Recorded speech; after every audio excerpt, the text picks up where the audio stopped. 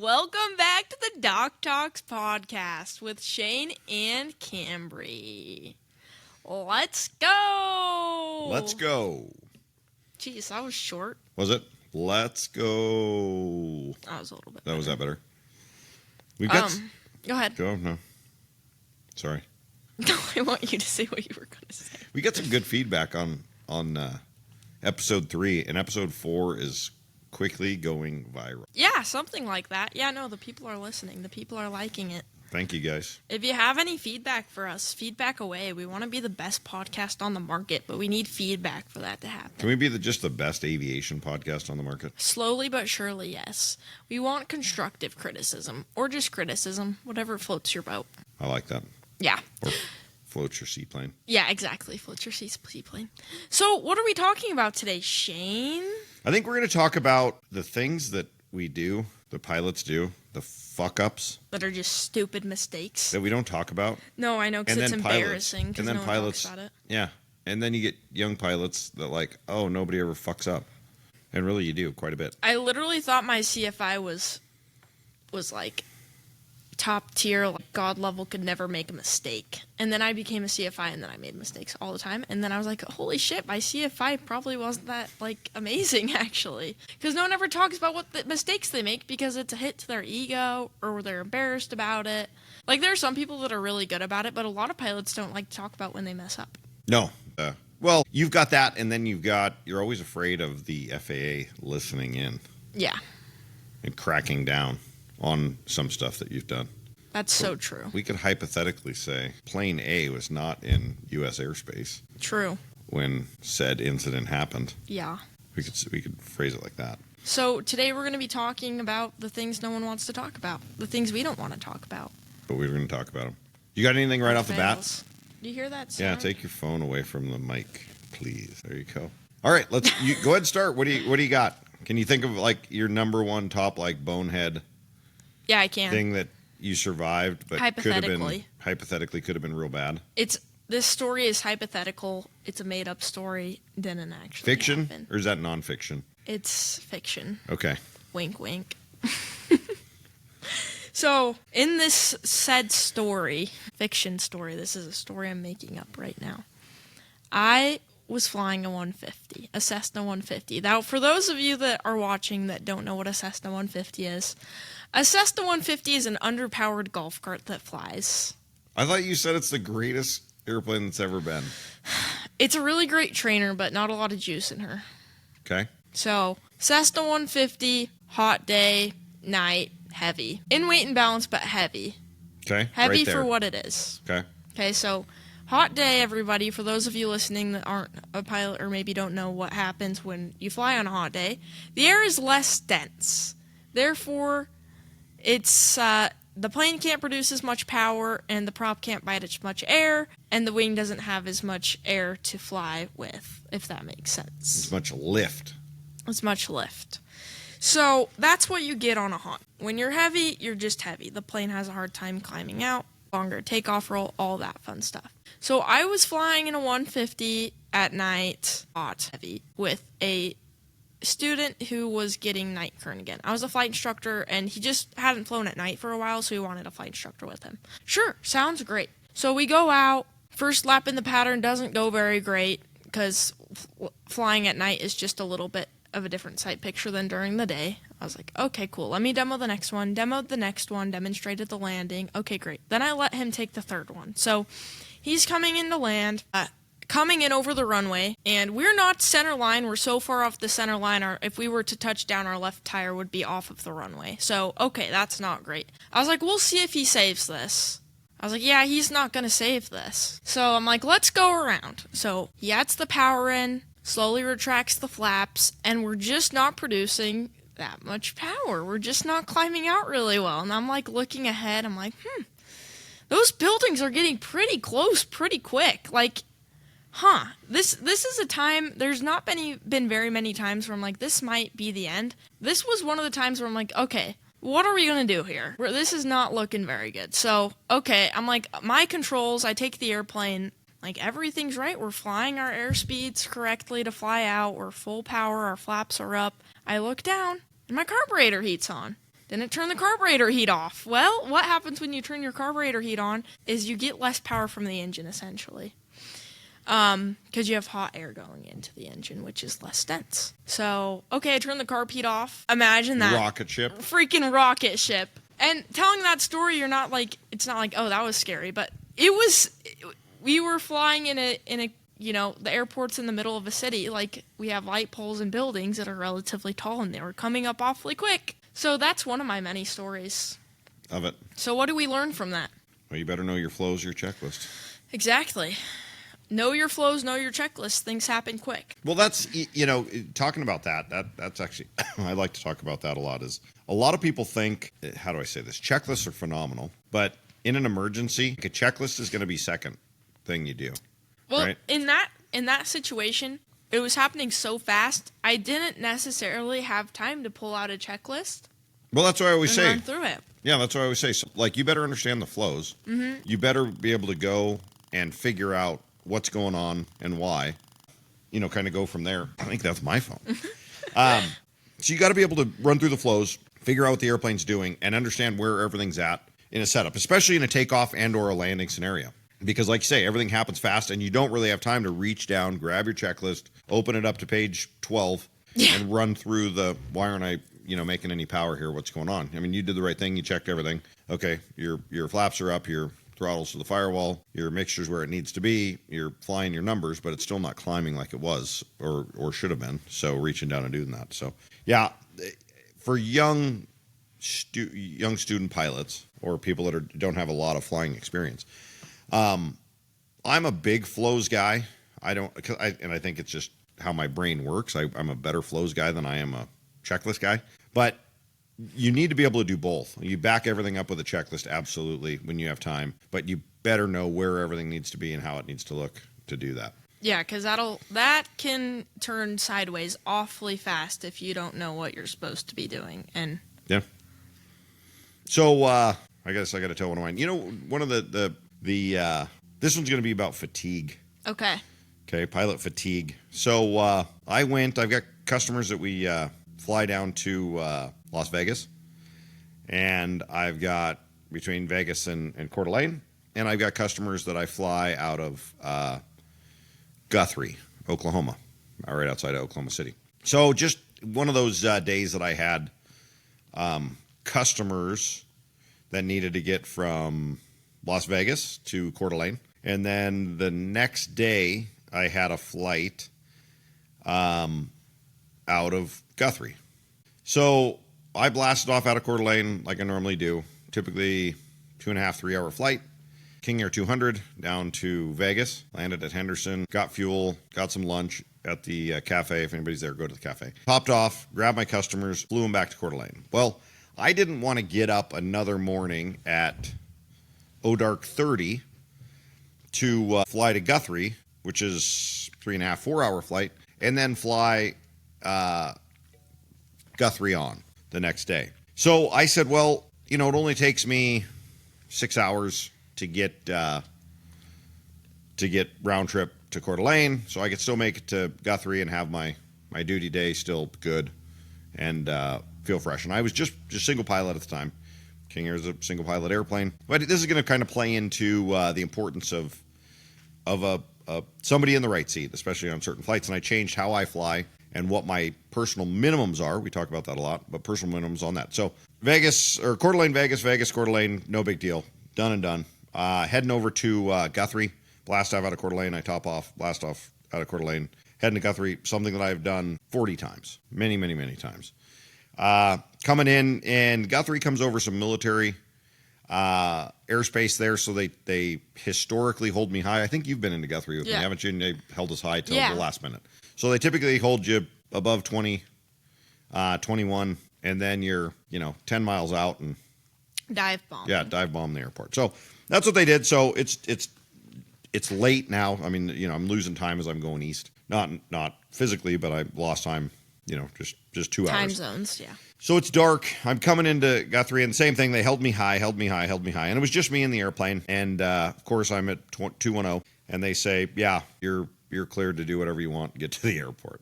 Okay, so I started down. I've got the autopilot, and I'm coming down at the substantial descent rate, 2,800 or better. Really, I pulled power idle. Okay, I was on the autopilot, power idle, and the way coming into Guthrie at the angle that we come in at, there's trees that line the runway. It's a single runway, and you're on a Unicom frequency that about five other. There you go, CTAF. You're on a frequency that there's about 5 other local airports that are on. A lot of flight school stuff. So there's all kinds of chatter on this airplane or on this airport. And I'm looking for the runway lights because it's dark out. So I'm trying to light it up. And Guthrie, the airport's outside of town a little bit. So I'm keying up and I don't see the lights. And I typically don't see the lights till you get close. So I pulled up my iPad and autopilot's flying. Again, power idle, descent rate. I've got flaps out. Just coming down like a rock. And got my head in the iPad looking for something and look back up. And I'm like, I'm thinking to myself, that's weird. Like, I know we're outside of town. And again, guys, I've done this like 40 times. But it just seemed darker than it normally is. One of those nights that was like, okay, maybe the moon isn't up yet. But normally I see more city lights than that. So I'm running through, just checking everything. And I'm look down and I'm a few miles away from the airport. I'm like, we should be getting there. And about that time, I go back down to my iPad to zoom in and look at something there. And every alarm in the airplane goes off. So that wakes you up real quick after a long day of flying. And I'm by myself. So I look down and we're basically approaching a stall. So stall horns going off. All the avionics are blaring at me. Kind of catch it. So I grab it. Up on the power, full power, catch everything. The rest of the descent, no big deal. Came in and landed. What had happened, the moral of the story is what had happened is I had the autopilot set at 4,000 feet AGL to catch my altitude. So I just rolled my numbers down to 4,000. And when the airplane on an autopilot, if nobody's ever flown an autopilot, or if you have, but this is for people that haven't, it'll fly, the autopilot I've got in the King Air will fly down to 4,000 feet, level off at 4,000 feet. No matter what the power setting is, it's going to level off and it's going to hold that. Well, what happened is that nose kept rising up as it was trying to hold 4,000 feet as I scrubbed off all my speed from my descent. And when I looked up and thought, man, where's all these lights at? I was actually really nose high. I was looking at the dark sky. There was no anything I could see. I looked up and I'm like, that's so weird that it is out there. You're like looking at the stars. It's like, wow, the stars are really beautiful tonight. It was really about like that. And I looked down, everything's red, and it was uneventful. It wasn't anything even, close. Thank goodness I didn't have passengers on, so I caught it. Bonehead move, still didn't have to go around or anything, still landed at the airport. But it's something that nobody talks about that, hey, fatigue, that was fatigue. That was me being fatigued. I will chalk that up to, I had a good night's sleep the day before. I had ate prior to, I had ate during the flights, ate at lunch, drinking water, doing all the stuff, and fatigue had just set in. I was close to 10 hours in the airplane. Single pilot, and it just started to build up and just got to a point that this isn't a good situation. And it could have went really bad, right? It couldn't have went really bad. Now, if I would have had somebody in the right seat, 2 eyes or 2 brains or 2 pilots probably would have caught that, right? So now I've got a thing, even in the King Air, I'm not doing much over 6 hours solo in the King Air without doing that. Now, all you corporate pilots are going to say I'm a bitch. Hey, I get it. No problem. I flew, 2,300 hours last year. Like, come to me and tell me that you've flown more than I did. You just, there's not going to happen. But, you got to set personal minimums. And this is for low time guys, kind of for you guys in personal minimums. Because you think once you get all your ratings, like your personal minimums go away and like you're just going to fly what the FAA says. Like that changed my personal minimums. It's like, I don't want to fly much over 5 or 6 hours, single pilot, on that by myself if I don't have to, right? I can bring somebody with me. I've got all kinds of young CFIs. Good, you're checked out in the King Air, but even for you, if you're going to go out and fly, we've got Logan, we've got a lot of other CFIs that I can grab and go, and you've just got backup. So yeah, thinking you're indestructible in the airplane will kill you, right? Thinking you're indestructible as a Cirrus pilot or whatever type of pilot you are, always think about that, because that is something that let it get too far away, not realize what was going on, and let it actually get into a stall before the stall horn went off and everything. My gosh. Gave me that, but it could have turned it real bad real quick. Stall spins happen all the time. CFIT all the time. I hate to see controls fly into terrain. Yeah, that's horrible. I have another one. It's just like that. We saw, everybody probably saw it. You saw it. Do you remember that accident? Was it last year or the year before? of the King Air taking off out of Texas. Oh, I didn't see that. You haven't seen that? You'll have to No. look that up. So King Air takes off out of Texas, out of an airport. It's got, I don't want to botch this up, and horrible deal, but I think it was the owner of the airplane, older guy, and the pilot, and he had a rated pilot in the co-pilot seat, but he was a younger guy, low time. Take off out of Texas, you see it, and it basically rolls over on its back and ends up in a hangar and killed everybody on board, and then I think it hurt some people in the hangar, if I'm not mistaken. Don't get me wrong, but supposedly what happened there when they went back and looked at it is left engine rolled back on takeoff. Friction locks weren't set properly. Left engine rolled back.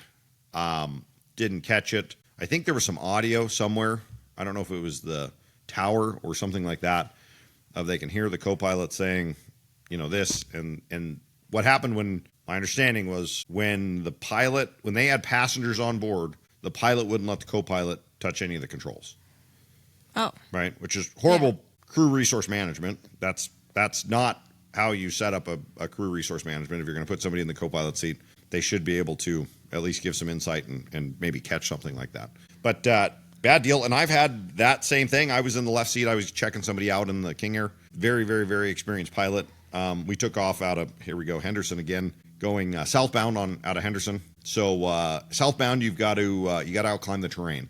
There's terrain. You got to kind of sidestep it and come around, and you actually have to verbally tell them that you can outclimb the terrain. So they'll let you take off there, IFR. We took off, and I was in the right seat, and I could tell that the airplane just wasn't doing something the way it should. He had pulled his hands off the power. I think he was running his heading bug or doing something in the panel, and look over, and that number one was rolling back. So caught it, pushed it up, tightened up the friction lock, and done. Just like that easy enough. It was that easy. Man, that is just an unfortunate way to perish. Yeah. Gus locks, control locks are huge accidents like that. A few months ago, it's like, oh, that's just like so many accidents in aviation. It's just stupid mistakes. Yeah, you have a acquaintance that was recently in an accident in the last week or two. Sounds like it was a baggage door. Open door is what the kind of rumor mill is on the news stories. Yeah, we'll see what that comes back. But if it was an open door, that's horrible. Guys, if you're any type of pilot, experienced, low time, whatever, you can have all kinds of shit open on an airplane and it will still fly. Fly the airplane. Fly it. Let a hood blow off. Let a door knock around. Let a seatbelt hang out of an airplane. Jeez, yeah, that was a fun one. That was embarrassing. That's kind of a good story. That is a good one. You should tell that one. Yeah, so a few months ago I went... Can we... Cessna 150 again. It was all these stories are actually that I have our Cessna 150 stories. Believe there's a pattern. So I was going out to fly with a student in the 150 actually out of Coeur d'Alene. We pre-flight the airplane, looks good. Do the run up where it's kind of like the pre-flight of the engine essentially. The simplest way to put it is that's kind of what the run up is. Pre-flight of the actual airplane. You can't necessarily see, just things like that. So, and then we're going to take off. So we take off, we're rolling down the runway, everything looks good, and then we get up in the air and about 50 feet above the ground, I hear this metallic clanking sound. It sounds like the engine's backfiring. I'm like, shoot. I'm like my controls, like I take the controls from the student, look at all my instruments, everything looks good. Like there's just this weird sound that sounds like it's coming from the engine. It's like, oh shit, like what am I supposed to do? Like, this could, like, roll back on me any second if that's coming from the engine. Like, that does not sound good. Super loud. Like, okay, let's just fly the pattern. I'm, like, too low to turn back around. So I'm like, well, I'm just going to keep flying my airspeed as long as I have power and scan for a place to land because I'm not high enough to turn back to the runway yet. So it's like, okay, let's just fly a normal pattern. If we have an engine out, we'll put it on the runway once we get high enough. So I make it to 500 feet above the ground. Awesome. Okay, now if I lose my engine, I'm high enough to make it back to the runway. Turn crosswind, turn downwind. The sound is so still loud. It's like, oh my gosh, this is great. So turn downwind, everything still looks good. Nothing sounds good though. And it's like, all right, set up to land the airplane. Everything still looks good. And then I'm rolling out.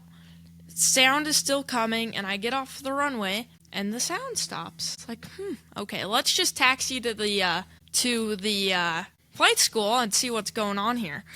And I tell my student, like, you just got to stay calm in these situations. The worst thing you can do is freak out, because then you just lose it and you can't aviate. So I get off the runway. Well, this was a great experience for you to know what you should do in something that could be an emergency. Like, just play it off. Like, let's go get it checked out. Like, just remember to fly the airplane if something like this happens, because she's, like, freaking out a little bit. So we taxi back to the airport, or back to the flight school. She opens her door, and her seatbelt's hanging out of the freaking airplane, and there's paint missing on the door, of course. Well, the seatbelt was blowing in the wind, whacking the airplane, and making the metallic clanking sound. It was, in fact, not the engine backfiring. We fix that problem, get back in the airplane, and just like that, the problem is solved. Flew.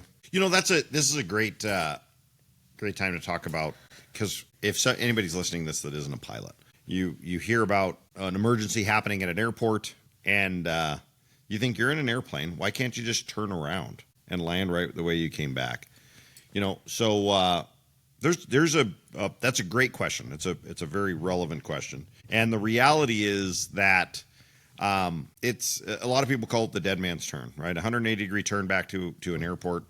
You need so much altitude, right? So that turn back, if we're not making power, it's going to take a little bit to make that turn. And when we make that turn, we're going to be losing altitude. So to keep the airspeed up and to keep everything moving and flying, we're losing altitude as we make that turn. Most people, depending on the airplane, you're going to say you're going to be 500 feet. 500 feet is going to be very, very minimum that's going to take to make that 180-degree turn. Typically, you're going to need 700 feet. And really 1,000 feet there. And if you're a great pilot and all these other things, great. I've seen Cubs, stall spin. I've seen you name it in a 180-degree turn or a steep turn like that. I had a friend that was a very, very, very experienced pilot, lost an engine coming out of an airport on the East Coast. Probably the most experienced pilot I've ever known. They tried the 180-degree turn back. Were unsuccessful. Both people in that airplane passed away. So that's why you typically don't do that. So typically what we say, this is for non-pilots, we're looking at a 30 to 40 degree spread from the direction we're heading on takeoff. So on takeoff roll, when you take off, if you lose an engine and you can't get back on the runway that you're going, the heading that you're going, you're going to be scanning, like you said you were doing, that 30 to 40 degrees out in front of you and saying, that's how I'm going to turn and that's where I'm going to land. One way back and forth on that. That's how you're going to do that. So that's a lot of people are like, because I get asked that question a lot. Why didn't they just turn back? Well, that's typically the worst thing you can do. Yeah, and then people get in the turn. They think they can make it. They call it the impossible turn and the dead man's turn for a reason, because it's impossible, and if you do it, you're probably going to not make it. So you're really two options if you do the impossible turn is A, you don't make it back to the runway, and B, you don't want to lose that altitude in the turn. Your body's telling me to raise the nose up to maintain my altitude, but what happens when you keep raising that nose up is you lose your airspeed, and then you stall, and most oftentimes people end up in a spin. And then there's definitely no recovering from that. So I'd rather land on some shitty thing than end up in a spin and nosing into the ground. Have the rubber side down on that landing than Absolutely. Be upside down. And that's what typically happens. So anybody that doesn't understand, a stall spin or a spin, basically when an airplane stalls, especially in a turn, it's going to roll on its back. That airplane's going to roll on its back and it's going to nose low. So that typically is how that's going to go. Unfortunately. So there's that. So there's another awesome Have you ever story. been caught in weather? No. Never? Not GA. No, I'm really conservative about my weather minimums. And most of my stuff, like flight instructing, were local. Not a ton of cross-country stuff. And then, obviously, the seaplane tours were within 25 miles of dock, so. Yeah. No, I've done some, I can remember years and years and years and years ago getting stuck on top. I ran a buddy out to pick up an airplane out in the desert and El Centro. And we were coming back. It was dusk. He had nobody to run him out. He needed to grab an airplane. So I ran him, picked him up, ran him out there. Weather was supposed to be clear in a bazillion, and it was typical San Diego stuff. That marine layer popped up. Yeah. And this marine layer covered like the whole LA basin. So I coming back over the hill. El Centro is on the other side, so it's always dry and no clouds. And I get to the hills over Julian, coming back over to Fallbrook, and it is a blanket. Moon was out. It was beautiful, but it was a blanket forever. So I'm looking. I had my iPad up then, and typically over Chino Airport, there was, we're going to just say cow farts. There used to be a lot of cow pastures out there. So there was always a hole over Chino. So even when the whole LA basin was fogged in or clouded in, typically you could get into Chino or get underneath it at Chino. So I'm looking, and I pull up Chino, and Chino is solid. And I'm like, there's no way. So I flew up to Chino to look because I figured I could get it below it and then run back down to Fallbrook. Couldn't get below it. It was completely socked in. So I'm looking. You could go out to the coast, typically. You can get to the coast and go underneath it, the shelf there, and come back. And there was marine layer or clouds like 5 miles past Catalina Island. Oh my God. Like, well, it's night. I don't really want to go out that far, here, just in case something did happen like that. You're going to spend a lot of time in the water. So I'm flying around. I'm getting low on, fuel. I'm spending more time than I had anticipated. I'm like, I'm going to have to fly back to El Centro. Like, this is horrible. And spend the night out there because I wasn't going to be able to get around it with the hills there. So I started heading back to that area, coming over like Ramona, actually where those kids were coming from that we talked to the other day. Yeah. Ramona, and there was one hole, and I could see, town, and I could see the hole. And the cloud layer was high. It was just you needed to punch through it. So I circled down. And made it. But you were like, oh, shit. Yeah, I was like, we've got our cloud clearances, this would but be we're really quite tough. shitty if I run out of gas over a cloud layer. So we went back in, but yeah, that was an interesting, weather phenomenon of bonehead moves. Yeah, I've yet to have one of those. I mean, we fly through stuff in the King Air, but that's not dangerous per se. Could turn into something if you're not smart about it. Well, that's a great question. You've done some actually decent King Air weather flying. Yeah. I mean, the King Air is a phenomenal. It'll take a lot of ice. It'll take a lot of stuff. Yeah. But I mean, it's kind of opened your eyes, I would imagine, to instrument flying. Oh my gosh. Heavy and stuff shit when you're getting you hammered. don't want to fly into. Yeah.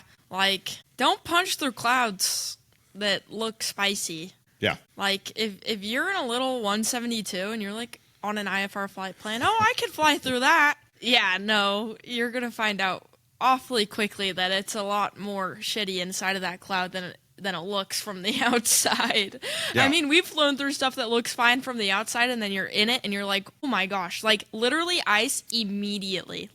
2 seconds covered in ice. Yeah. You're like, holy that happened really fast. You lose everything. It just happens really fast, and it's like, if you're in an airplane that can't handle that, you are going to you're going to back yourself into a corner. Well, and the King Air's fast. Yeah. That's the other thing is the King Air's moving actually really fast. If you're 172 speeds and you start picking up ice like that, you if you are get in a so really ice layer, screwed. You're going to have a bit of a problem. I had a CFI one time that liked to take the 172 at night through the clouds over to into Montana. That is so bold And I'm like, stupid. yeah, when everything's running great, but Coeur d'Alene area, North Idaho area, if there's clouds, 80% of the time there's ice. Yeah, that same thing with Utah is you can't really get any actual time in Utah because in the summer you're convective and in the winter you're just ice. You're picking up everything. Yeah. Something simulated. Yeah, it's all simulated. Do you guys ever go out, to where you can shoot some approaches just when it's... Real IFR? Yeah. No, I don't think... unless you get very few days in the summer that are flyable through the clouds in the summer because you can't fly through them in the winter when it's cold like that. Yeah. Same. Well, look at the icing there. A lot of people don't. You know how many pilots I know that don't understand where to pick up an ice information? Really? If you take off in a non-FICI equipped airplane and the NOAA's website says icing is here, that's an illegal flight. Yeah. Don't do that. Don't do that, guys. Don't do. Or do it when the FAA shut down. Just don't do it. Don't even say that. Take it back. I take it back. Don't do anything when the FAA shut down. Don't do anything illegal. They're ever. watching you. They're always watching. My friends always made fun of me in college because I wouldn't do anything naughty. So I'm like, the FAA will find out. And then they'd always make fun of me. The FAA is always watching. I'm like, I know. That's why I don't like to do bad shit. Even if not even aviation related. Don't catch me. I'm not doing anything bad. I just didn't understand. Yeah, on that. You guys had a pretty interesting, you and Logan actually had a pretty interesting experience in a 150. Yeah, I'm going to invite Logan to unmute his mic here, and feel free to hop in whenever you'd like. So, This is a good story. This isn't even necessarily pilot error. Now, there were things that we could have done differently that had this turned into a bigger issue. It would have been pilot error. But let me jump in here real quick before you tell this story. You guys did everything textbook, but well, there was one thing that you got on our ass about, and I agree with. Absolutely. And we'll get into that. But we can get into that. But it was really textbook from the point everything went downhill, and it goes to show like the outcome was perfect. But you could get yourself into problems real quick by 2 or 3 small things that added up to a big thing. Yeah, totally. So this is such a good story. So me and Logan, go ahead. This is another Cessna 150 story. It is another one. Thank you for pointing that out. Thank you. So yes, Cessna 150. So we were flying a Cessna 150 from Concord, Concord Airport in California. So it's kind of by San Francisco. So me and Logan went down there from Coeur d'Alene, and we were flying out of Concord. This is a Cessna 150. I have a ton of Cessna 150 time, but this is an airplane I hadn't flown before. A tail number I hadn't flown before. So I was like, okay. It was airworthy, all that fun stuff. So we take out of Concord, everything's smooth sailing. Logan's under the foggles for this whole flight. Stop in, I don't want to name airports because I don't want to get in trouble. But middle of nowhere. We stopped in the middle of nowhere to refuel.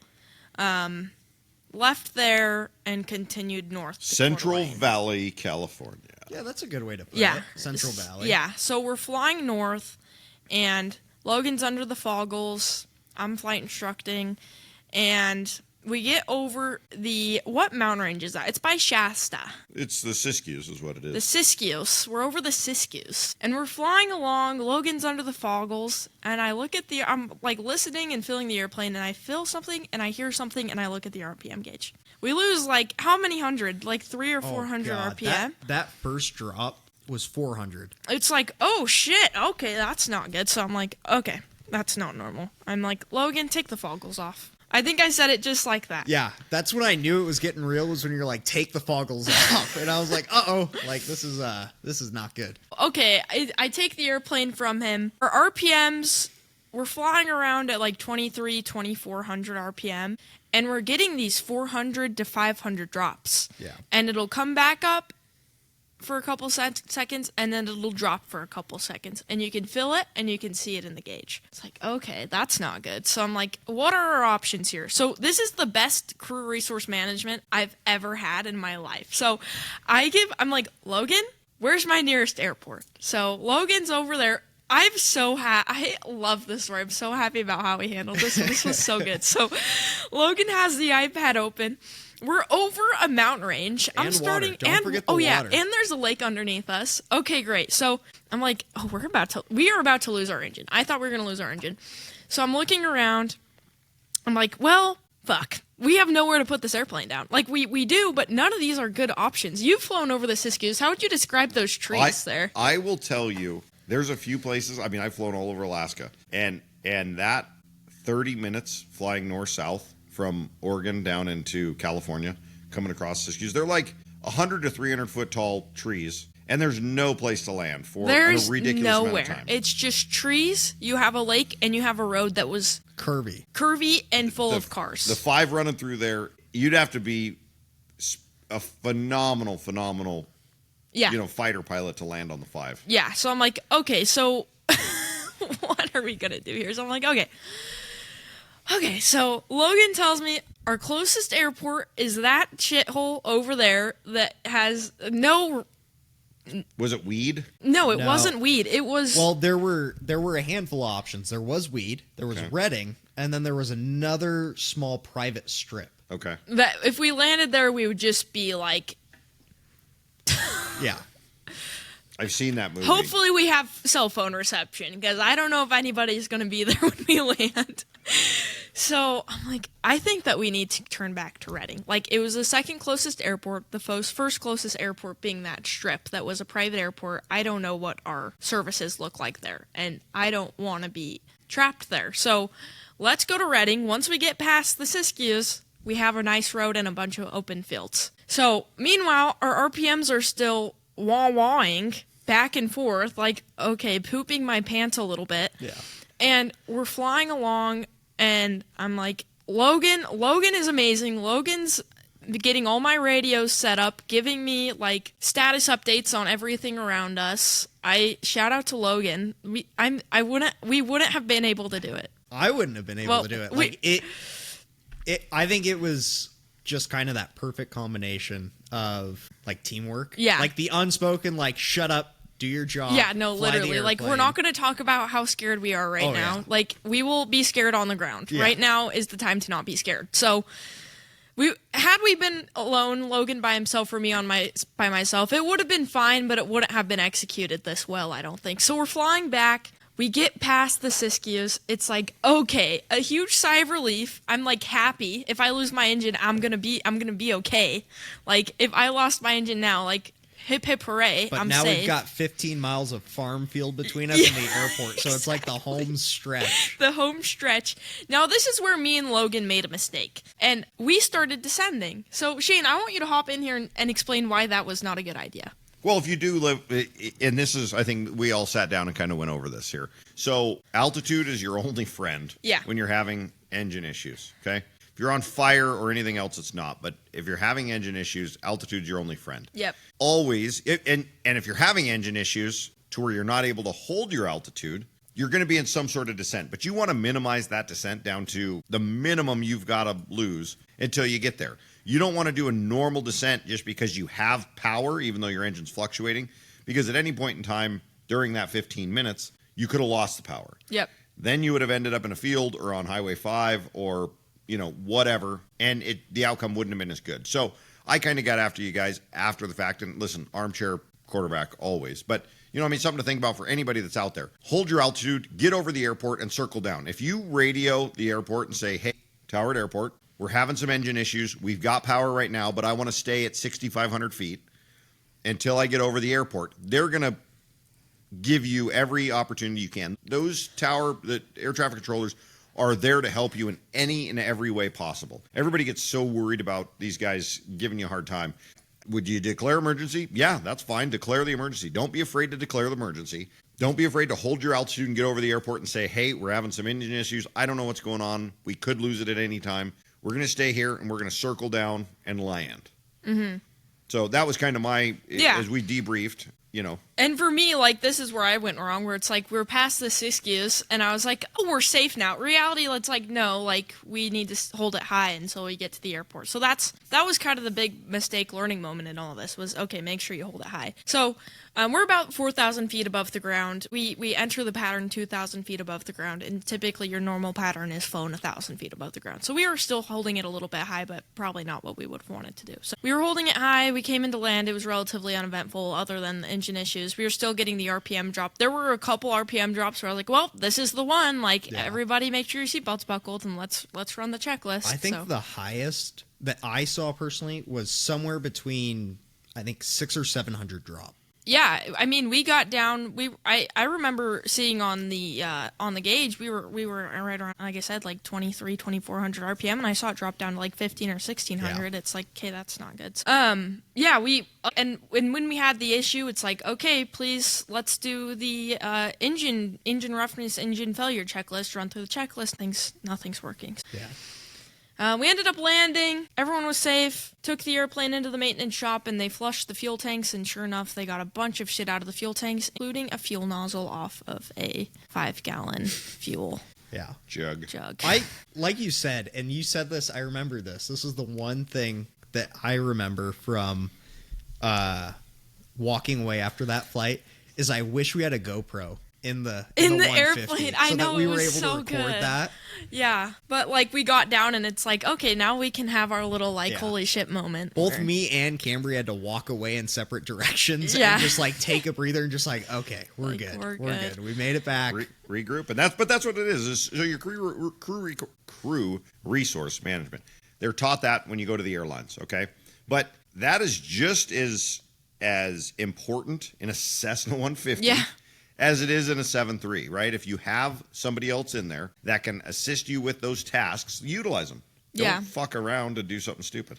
Yeah, so I was flying the airplane and Logan was doing literally everything else. We'd run checklist, we'd found Gilligan had done all my frequencies for me. He found me at the airport we were going to. Like, anything else you want to add to that story? I guess just that my big thing that I would say to people is if you are not the one actually flying the airplane, it is your job to be 3 steps ahead. Pull up the frequencies, look for airports, be on the lookout, and do everything that the pilot that's actually flying cannot do. You are also there. You're in the situation too. You're, responsible too. You have a 50-50 responsibility, just as the pilot does, to fly that airplane.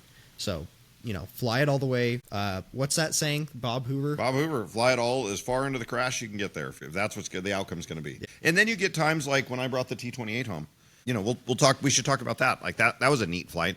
The T-28 was a museum piece. Literally, it was a museum piece. Sat in a museum for 12 years. Hadn't flown. Wait, the T-28's right there. T-28 right there.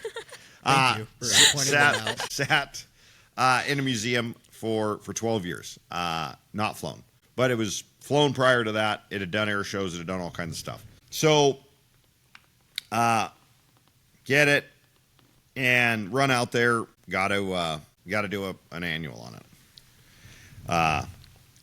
So start running through it, and with anything that's sat for that long, it doesn't matter how perfect it is. There's all kinds of little things. Fuel system needed to be gone through. Carburetor went through. I think we lost a mag. Every time I flew out there and did work on it and got it runned up and thought we were going to be good, something else reared its ugly head. And that's something you don't want to rush. It's something that hey, this is how it's going to go. It's going to be slow. You you get friends going out there with you, and this is going to be the time, and you fly out there, and just to be, no, it's not going to be the time. And really, until you can get good run-ups and you can do all these other things, you really don't know what's going on. Hoses were bad. You name it. You're flushing systems. You're doing all these types of things. So finally get it going. It was 2.5 years, I think, of back and forth to go out there and get it. Get ready to go out. And I had a friend that really wanted to fly on the airplane. I had never flown a T-28, so I was going to do a self-checkout on the T-28. I'd called some people that there was just nobody around that I could go and get checked out with. And I've checked myself out in plenty of airplanes, so it's just another airplane. I called a couple buddies that had a lot of experience at T-28s, and buddy of mine, Cecil, big Navion guy, was probably the best. He's like, it's a big Navion. Fly it just like a Navion. Just convert knots into miles, but it'll fly just like a Navion. I said, okay. But it hadn't flown, right? This thing could be, take off and have an issue. So I don't want anybody in the airplane. I said, it's not going to happen. Leave everybody back on the ground. Blast off out of the airport, running around, getting a feel for the airplane, do some turns, do some banks, do some everything, making sure everything's making power and doing everything it is. It ran phenomenal. Didn't miss a beat.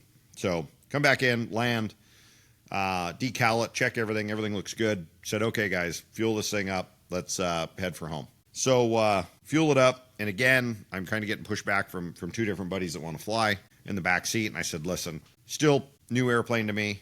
I don't want anybody in the air.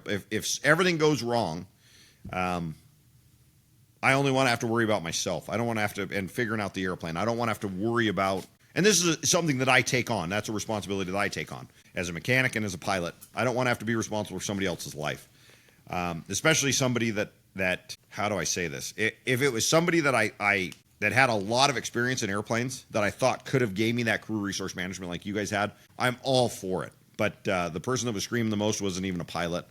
He'd had a lot of solo time, but not a pilot. And I'm just like, no, I'm going to do this. We're going to be fine. You guys get in the Navion, chase me home. So we blast off out of there. The T-28 is quite a bit faster than the Navion. So I'm ripping along.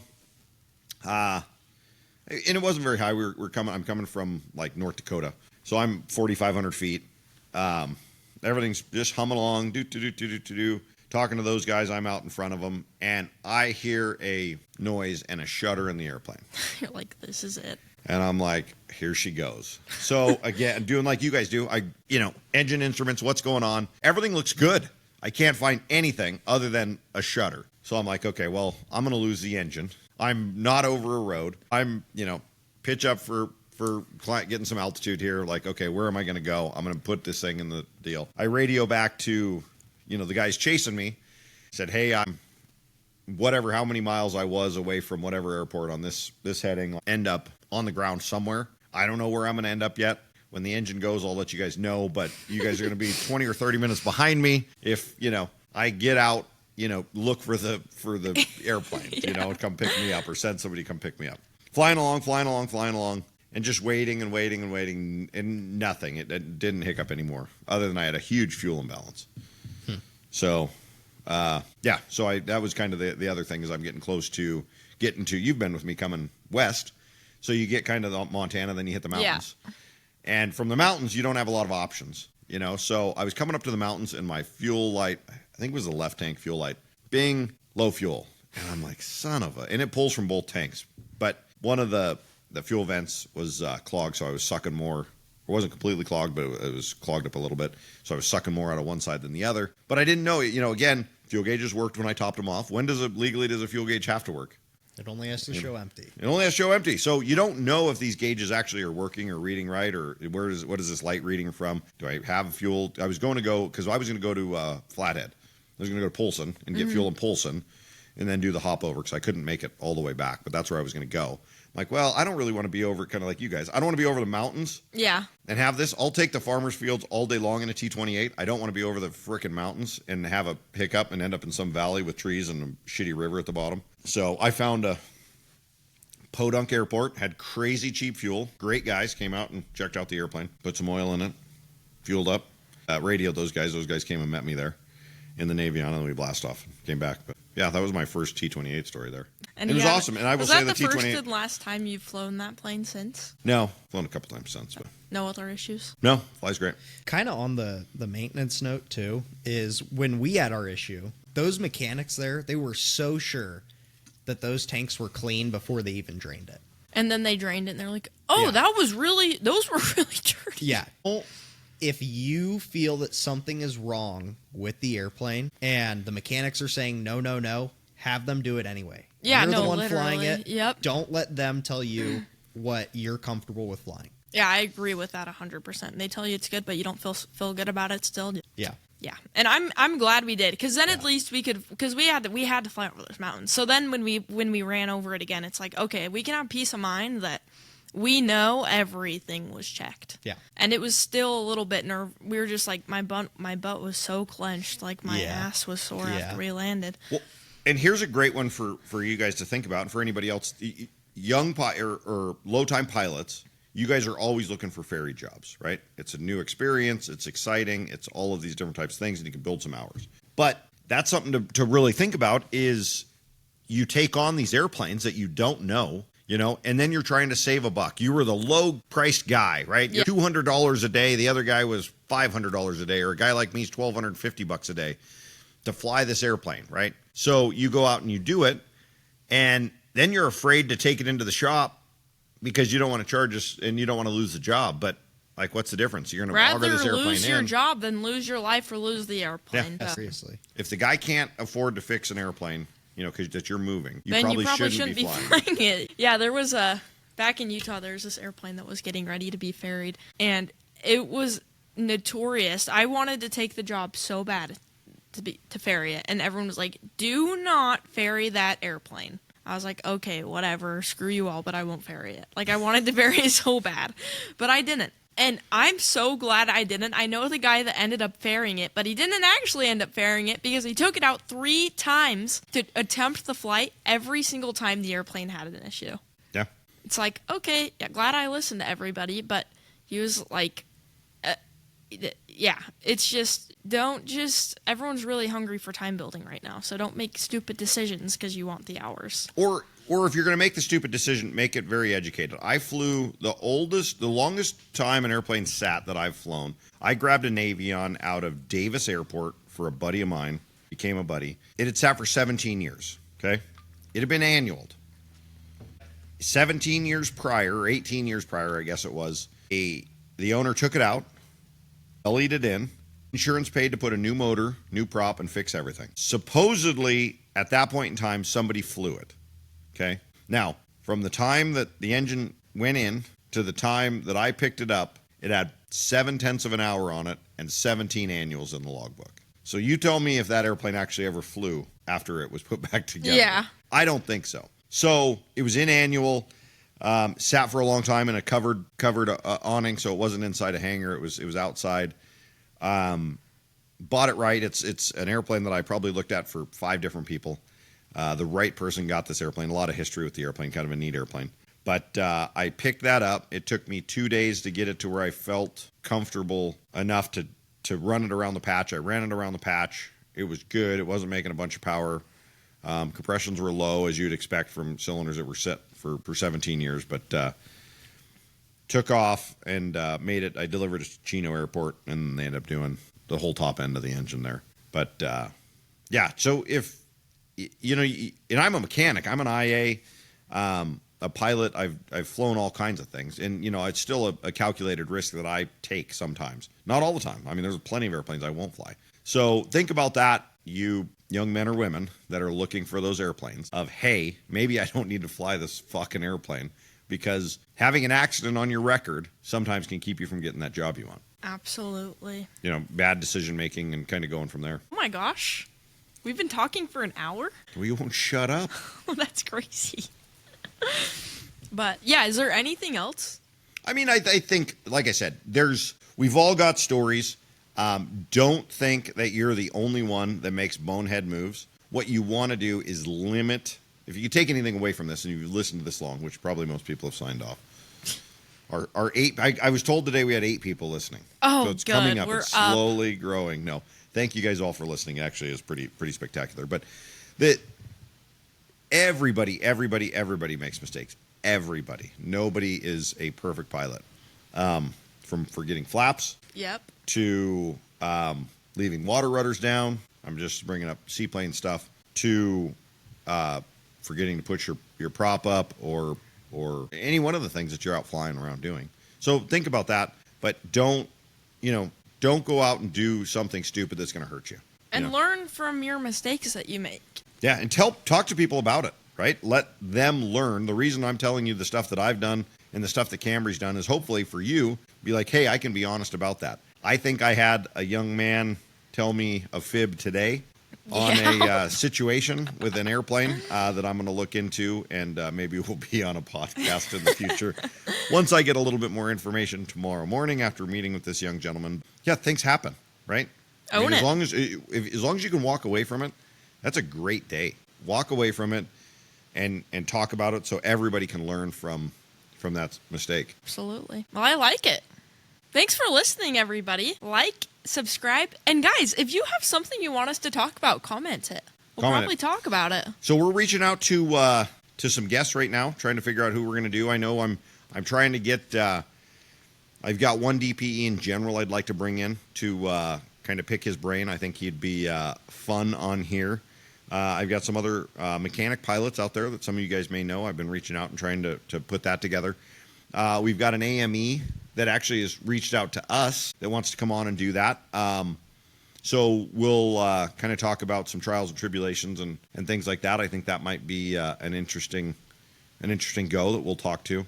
Yeah. And you've got friends that you've been talking to as well. So oh yeah. Yeah, if you guys have interesting stories or that you guys, would like to talk to us about, we're aviation nerds. We want to talk. We're plane crazy. We want to talk airplanes. So if you've got cool stories, we want to meet you. Or if you have something cool or think you'd be a good guest on our podcast, send us an email, doctalkspodcast@gmail.com. Yeah, absolutely. So again, we appreciate everybody listening. We love that people are liking and subscribing here. We've finally got do we have a finished logo? We do. We have a finished logo, so we're going to start getting that on some shirts out there and get it put out there. We will start having it at the beginning of our podcast, hopefully. Yes. Can we open with that? Yeah, we can do that. Yeah, we can do something like that and go and do that. So we will be doing all of these things. But again, thank you guys for listening. Hopefully this isn't a complete train wreck. We're not doing accidents. No. Like, I think that guy shouldn't have pulled the chute. Isn't that what most of the aviation podcasts are? I would have done it. It's like a live and learn thing, and everyone would have done it differently because obviously it ended. We just talk about this bonehead stuff we do, not armchair quarterback. Yeah, we talk about our own things that we would have done differently. So I feel like ours is 100% accurate for ourselves. I like it. Anyways, well, we'll see you next week, guys. Thank you very much. Anybody going? We're recording this early because we will be at NBAA next week. Well, you won't hear this until after, but hopefully we'll see some of you guys at NBAA and get to meet you guys. I know a couple people have reached out. They're going to be down there. So, thanks, guys. Later. Bye.